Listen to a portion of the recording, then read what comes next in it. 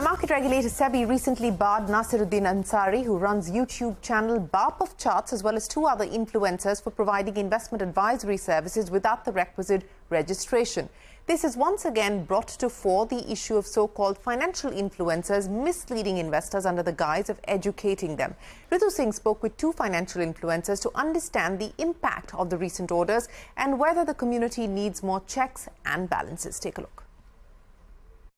SEBI's recent order in the case of financial influencer or Finfluencer Mohammad Ansari, popularly known on social media as the Baapofchart, has brought the focus back on the perils of content creators sometimes misleading the public under the guise of educating them about investment in stock markets. I spoke to 2 popular Finfluencers, stock trader Lakshya and Shivakumar, on what they've made of this recent SEBI order.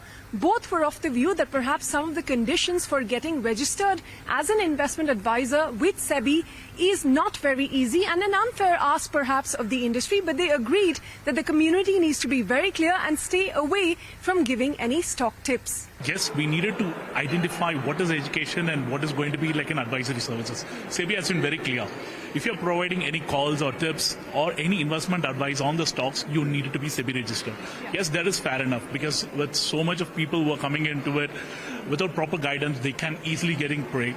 So that is a proper one. I believe that this order was the right decision. The points should be very clear, what we can do, what we cannot. Easing the norms for getting the license is the first step what SEBI should do before deciding who is right, who is wrong. There is a rule. You needed to have a 10-year experience, either to associate it with a broker or with a sub-broker or a mutual fund industry.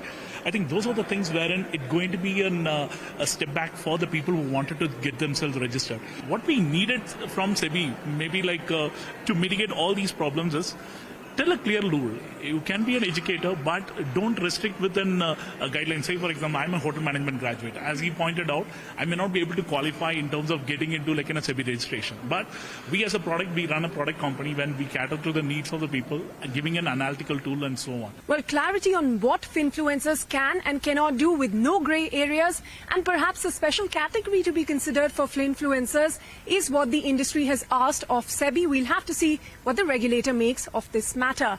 With camera person Manjunath, this is Rs17. Well, the market regulator cracking down on Finfluencers. The enforcement director